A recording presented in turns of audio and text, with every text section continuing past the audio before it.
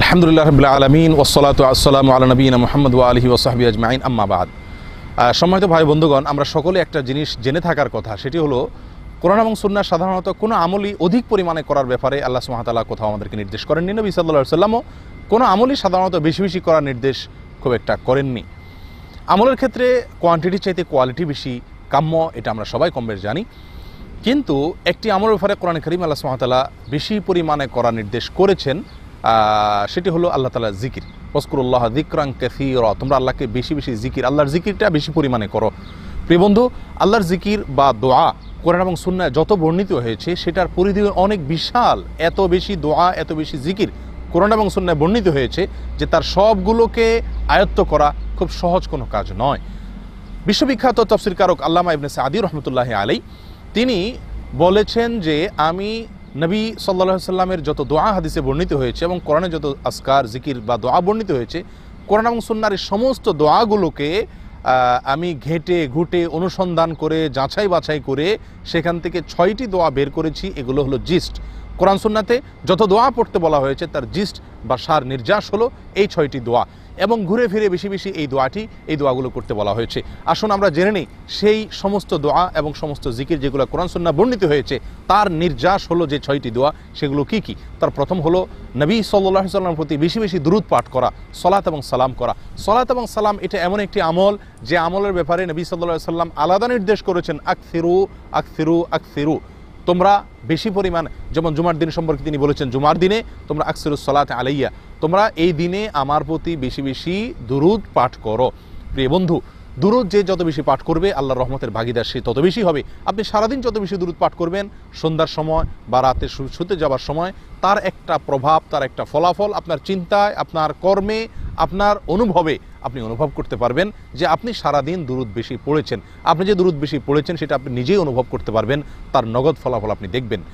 Number 2, দ্বিতীয় নম্বর আমল হলো ইস্তেগফার বেশি বেশি করা। ইস্তেগফার এমন একটি আমল যে আমল সম্পর্কে নবী সাল্লাল্লাহু আলাইহি ওয়াসাল্লাম বলেছেন মান লাজিমাল ইস্তেগফার মান কাসসারাল ইস্তেগফার। ইস্তেগফারের ভারেও বলা হয়েছে মান লাজিমা, ইস্তেগফারকে যে আঁকড়ে ধরবে, এটাকে যে লেগে থাকবে ইস্তেগফারকে নিয়ে, এবং যে ব্যক্তি বেশি পরিমাণে করবে।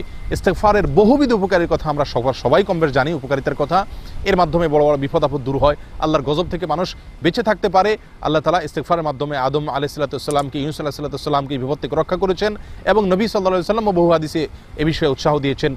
এখানে ইস্তেগফারের ভিতরে অনাবৃষ্টির সমস্যা দূর হয়, অভাবের অনটনের সমস্যা দূর হয়, নিঃসন্তান থাকার সমস্যা দূর হয় ইস্তেগফার বেশি বেশি করার মাধ্যমে। প্রিয় বন্ধু, যত বেশি ইস্তেগফার করবেন তত বেশি আপনি বিপদ আপদ থেকে আল্লাহ সুবহানাহু ওয়া তাআলা আপনাকে রক্ষা করবেন, এটাও বেশি বেশি করা উচিত।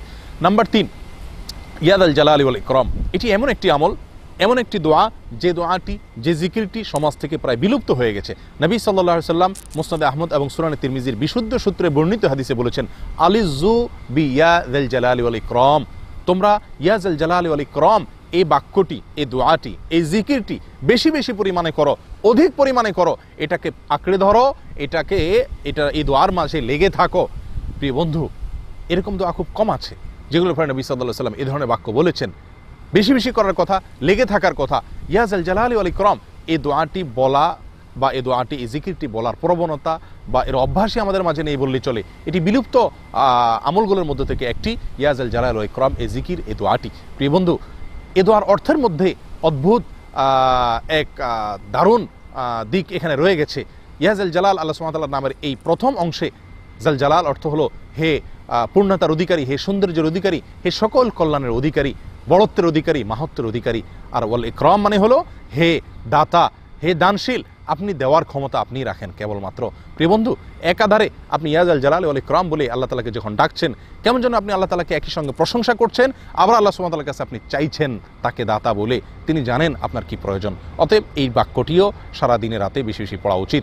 3 নম্বর, এটা গেল। 4 নম্বর হলো লা হাওলা ওয়ালা কুওয়াতা ইল্লা বিল্লাহ। নবী সাল্লাল্লাহু আলাইহি ওয়াসাল্লাম বলেছেন এটাকে কানজুম মিন কুনুজিল জান্নাহ, এটা জান্নাতের যে সমস্ত খনি রয়েছে তার মধ্যে থেকে একটি গুরুত্বপূর্ণ মূল্যবান একটি খনি বলা হয়েছে এটাকে।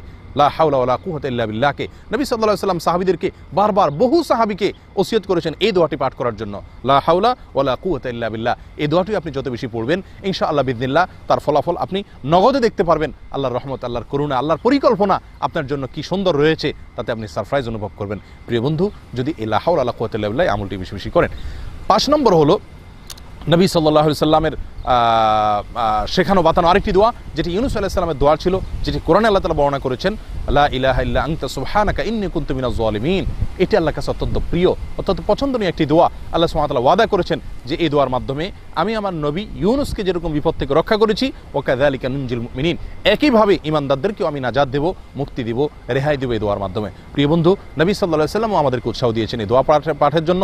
এই দোয়ার ভিতরে যে মর্মস্পর্শী, হৃদয়গ্রাহী অর্থ রয়ে গেছে, আল্লাহ আপনি ছাড়া কোনো মাবুদ নাই, আপনি পবিত্র, আমি অপরাধী।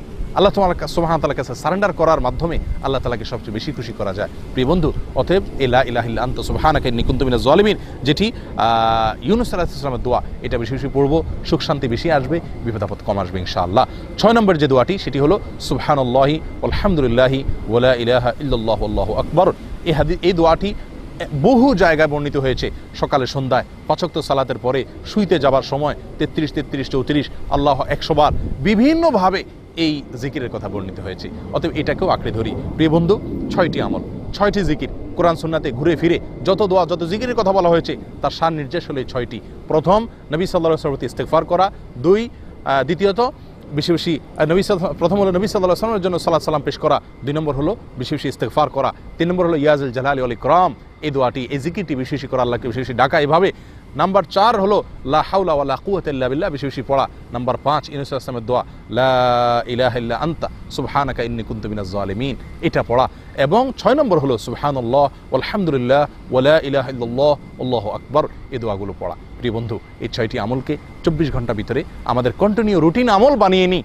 আজ অবসর সময়গুলো মোবাইলে নিয়ে নিছে, ফেসবুকে নিয়ে নিছে। প্রিয় বন্ধু, কিছু অবসর সময় রাখি জিকির ইবাদতের জন্য, নির্জনে একাকী যখন সুযোগ পাই এগুলো করার চেষ্টা করি। আল্লাহ সুবহানাহু ওয়া তাআলা আমাদের সকলকে তৌফিক দান করেন। জিকির এবং দোয়ার ক্ষেত্রে একটা মূলনীতি আল্লামা ইবনে সাঈদী রাহমাতুল্লাহ বলেন যে যত বেশি আপনি জিকির বেশি পরিমাণে যত করবেন, আল্লাহর মহব্বত তত বেশি পাবেন। দোয়া যত বেশি করবেন, তত বেশি আল্লাহ তাআলার পক্ষ থেকে কবুল হওয়ার নিশ্চয়তা আপনি পাবেন। এবং এই যে সমস্ত দোয়ার মাধ্যমে আরোগ্য লাভের জন্য ব্যবহার করা হয়, এগুলো যত বেশি পড়বেন, তত বেশি আপনি চিকিৎসা আল্লাহ সুবহানাহু ওয়া তাআলার পক্ষ থেকে পাবেন। আল্লাহ তাআলা আমাদের সকলকে আমল করার তৌফিক দান করুন। ওয়া আখিরু দাওয়ানা আলহামদুলিল্লাহি রাব্বিল আলামিন। আমার সন্তান গর্ভে মারা গিয়েছিল, তার আকিকা কি দিতে হবে? বিচার দিবসে আমার এই সন্তানকে কি তার বাবার পরিচয়ে ডাকা হবে? আপনার সন্তান যিনি গর্ভে মারা গিয়েছেন, আল্লাহ তাআলা তার কষ্ট আপনাকে সইবার শক্তি দান করুন। গর্ভে মারা গেলে সে সন্তান আকিকা দেওয়ার কোনো প্রয়োজন নেই। আকিকা দেওয়ার পর 7ম দিন পর্যন্ত থাকলে জন্মের পর 7ম দিন পর্যন্ত থাকলে তখন আকিকা দেওয়ার প্রশ্ন আসবে।